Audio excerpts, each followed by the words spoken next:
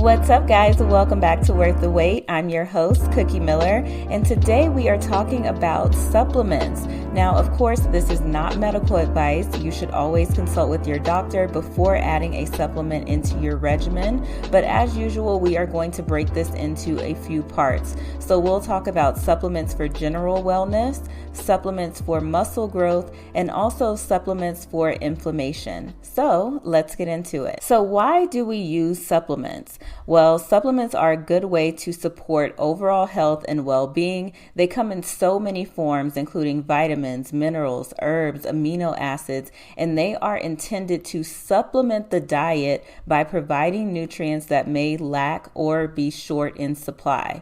So while supplements can be beneficial, it's always important, like I said, to make sure that you're consulting with a healthcare professional before you start anything new, because supplements can have interactions with medications or even other supplements that you're taking, and we want to make sure that you are being safe. Now, before we get into the exact supplements, I want to talk about supplement quality. You guys have to remember, especially if you're listening from the US, that supplements are not something that are FDA regulated. So there are so many supplements on the market that may just have a small percentage of what's being advertised on the label within the supplement, and therefore it's not potent enough to actually help you. So when you're looking for a quality supplement, you want to look for third-party certifications from reputable organizations such as the NSF International, USP, which is United States Pharmacopoeia, or Consumer Lab. So you want to look for labels like this on the bottle to show that these are supplements that are qualified and certified by these organizations, because they do test the supplements for purity, for potency, and also for label accuracy. The next thing that you want to do is check the ingredient list. Make sure that the supplement contains the ingredients that are listed on the label, and also make sure when you're looking at the label that the amounts that are within are also the recommended daily dose of that particular supplement. Next, you want to research the company. So you want to look for a company that has a good reputation and check to see if they have any warning letters or any other regulatory actions against them. The next thing you want to do is consult with your doctor. Your doctor may be able to give you a great recommendation for a brand that is a certified brand that is reputable that you can use, or just any other healthcare professional. For me, I tend to go directly to the RD that I work with. So I work with a functional registered dietitian who helps me with my clients, and I'm able to go to her and ask her about different types of supplements and brands, which is how I've come up with many of the supplements that I'm going to give you guys today. And on that same note, I would also note that for some supplements, especially if it's a vitamin, there are prescription level vitamins where it's just going to be a higher potency. For example, if someone is deficient in vitamin D, a regular vitamin D that someone can just get at the store that may go up to 5,000 IUs may not be enough to support that person. And so there are prescription level vitamins also that your doctor can prescribe. Now, speaking of vitamin D, let's go ahead and talk about that. Vitamin D falls into one of my recommendations for supplements for general wellness. Vitamin D is essential for maintaining strong bones and teeth, and it helps the body to absorb calcium. So low levels of vitamin D have been linked to an increased risk of osteoporosis, which is a condition that leads to brittle bones and an increased risk of fractures. So that's why it's so important to ensure that your vitamin D levels are sufficient. There is some research that suggests that adequate vitamin D intake may also improve muscle strength and function, which can decrease the risk of falls in older adults. It's important to note that vitamin D can be obtained also through dietary sources. So although you can get this as a supplement, you can also just get it through the foods that you eat, which is the case with a lot of supplements. And those foods are going to be things like fatty fish, egg yolks, fortified foods, and through sunlight exposure. So just going out and getting sun every day is also a great way to get in your vitamin D. Depending on where you're listening to the podcast, I will have a list, an Amazon list that is in the show notes so that you can go and see exactly what the brands are that myself and my RD recommend. That way you won't have to listen to me try to figure out what the brand of vitamin D is, what the brand of the probiotic is. You can just go in one place and you'll be able to see not only the supplements we're talking about today, but some other supplements that I may take or clients may take or that my RD has recommended. And just to be clear, I am not affiliated with any of these supplement companies that are being recommended. The next supplement that I'm going to talk about for general wellness is a probiotic.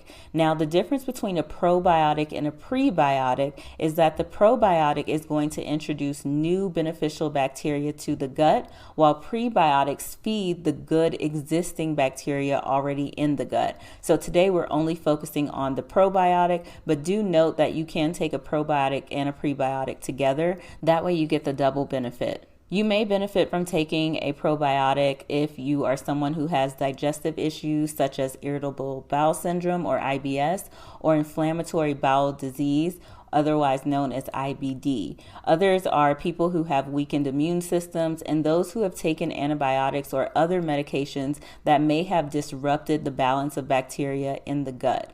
Additionally, people with skin conditions like eczema or acne, and even some mental health conditions such as depression, there are some studies that show that having a healthy gut microbiome can help with that. Therefore, taking a probiotic may be able to assist with things like depression and anxiety. But again, you want to make sure that you're talking to your doctor. I know that a lot of people will get on a probiotic or a prebiotic and just kind of stay on it almost indefinitely without getting off. But I actually learned from my RD that we should take 6 months on and 6 months off with a probiotic. So if you are going to start taking one, just note that you want to stop taking it after 6 months, give yourself a little break, and then take it again 6 months from there. Next up, we have a multivitamin. So I'm sure that many of you have heard of this. I think this is probably the most well-known and common supplement. Taking a multivitamin can provide a range of benefits, including ensuring that you're getting an adequate intake of essential vitamins and minerals, especially if your diet is lacking in certain nutrients. So supporting overall health and well-being by helping to maintain a healthy immune system, improving energy levels, and supporting healthy skin, hair, nails, eyes. This can be especially helpful if you're someone who's pregnant or breastfeeding, or if you have a medical condition that actually affects the way that your body absorbs nutrients. Of course, a multivitamin cannot be used as a replacement for a healthy diet and lifestyle. And in fact, none of these supplements can be used for that. So you have to remember that having a healthy diet that is balanced and also having a lifestyle that is not super sedentary where you're actually being active, those are your first line of defense. And the supplement is just meant to do just that. It's meant to supplement the changes that you are already making. Now let's move on to talk about inflammation. So inflammation is another issue that I see most commonly. Inflammation is a natural response of the body to injury or to infection, but chronic inflammation can lead to a host of other health problems, including heart disease, cancer, and even autoimmune disorders. So there are some supplements that you can take to help reduce inflammation, which includes things like omega-3 fatty acids. So that's where we will start.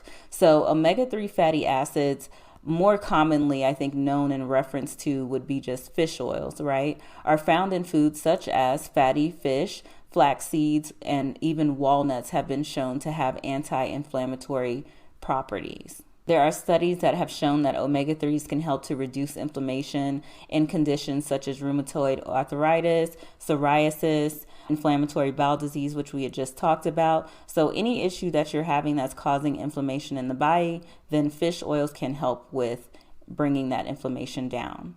Next up, we have cinnamon. So something that you probably don't even have to go out and buy, something that you probably already have, but adding a little bit of cinnamon to your foods, whether that's like your oatmeal in the morning, you can even add like a tiny little bit to your tea, depending on if you would mind, having the spice, but just adding a little bit of cinnamon to your diet can help to reduce inflammation because it's believed that cinnamon has anti-inflammatory properties. So there are studies that have been shown that this helps to reduce inflammation in the body, which could also then in turn reduce the risk of certain chronic diseases that are known to be associated with inflammation. Now, this next supplement is something that I started taking after I had a bout with long COVID. Some of you know that I had COVID back last summer, and then I dealt with the after effects of that pretty much until the end of the year. So like 6 or 7 months of dealing with long COVID, including having pericarditis, which is like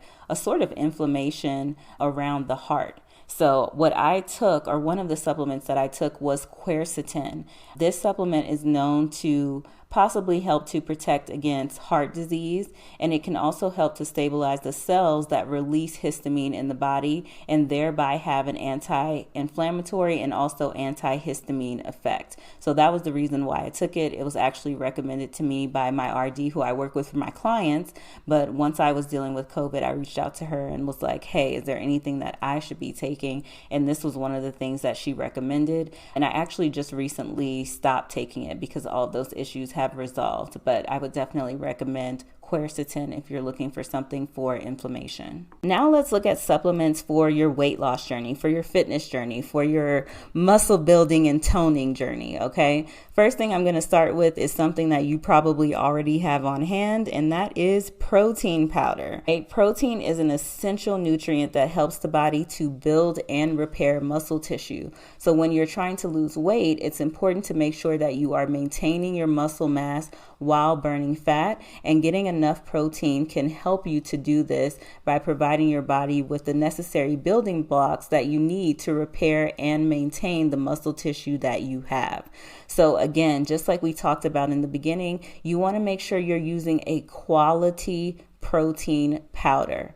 I have one that's listed on my Amazon storefront, which you can definitely go and check out. The one that I personally have been using more recently is by the brand Birdman, and I'm starting to realize that maybe that brand is not sold in the US or is not like really well known in the US, but it is a vegan protein powder. And I am not vegan, but the reason that I use that one is because my body is sensitive to whey protein. So you kind of have to play around with it and see what protein powder works best for you. Just because you had a poor experience or you experienced like digestive issues after you had a protein powder doesn't mean that a protein supplement won't work for you. It may just mean that that type of protein supplement does not work for you. So for me, I can't do whey, so I do vegan-based protein powders. And again, the one I like is Birdman. It may be a little bit more difficult to get in the US, but it is on my Amazon storefront. It just may require international shipping. And I also listed some other ones that I do know that you can readily get in the US. The next supplement is going to be creatine. Creatine, I feel like, has been a hot topic, especially as of recently. And I feel like it kind of has its moments, like every few years or so it comes up again. But creatine is one of the most well-researched supplements that we have in terms of its safety and also in terms of its ability to help you with muscle growth. What I will say is that if you are someone who is thinking about taking creatine, you have to, number one, make sure that you don't have any current kidney issues going on. So definitely check that, make sure that all of your levels are fine before you start to take creatine. But also, I would say, make sure that you are already working out quite a bit. I mean, you should be lifting at least 4 days a week, and you should be lifting pretty intensely and heavily for creatine to benefit you. If you're someone who does not lift weights regularly, or you're not consistent, if you're someone who's not lifting heavy weights, then I would say that this may be a bit of an advanced product for you. I also think that this is a product that is kind of tough for beginners to take because it is going to cause you to gain weight on the scale.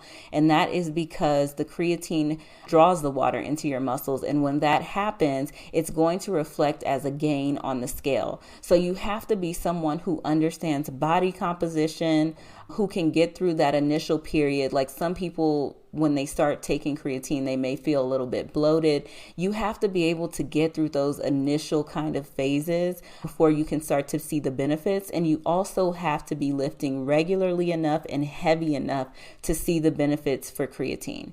So creatine is thought to improve strength, increase lean muscle mass, and it also helps the muscles to recover more quickly during exercise. So this boost may help those who are working out to achieve bursts of speed and energy, especially during short bouts of high intensity activities such as weightlifting. Weightlifting is can be a higher intensity activity. It just depends again on how heavy you're lifting, how frequently you're lifting, and also your form, right? Like how well you're going through those workouts. So something to think about. I think it's more of like an intermediate supplement, maybe not best for beginners, but maybe once you get into a regimen, this may be something that you want to introduce. The next supplement we're going to talk about are BCAAs, or branch chain amino acids.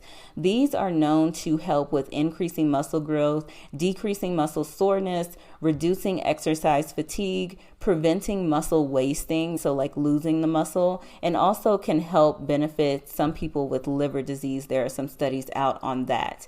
But BCAAs, I am not currently taking, but I have taken them before. I do like to take this product intra-workout. Some people like to take it post-workout. It's really up to you. You can use it as a post-workout recovery drink, and I think it works really well that way. But also intra-workout, if you get to like the midpoint of your workout and you're feeling kind of drained, having a little bit of BCAAs in your shaker bottle can be helpful. I think that also is kind of like an intermediate level in terms of like a supplemental product versus all the other ones I think are more kind of for everyone.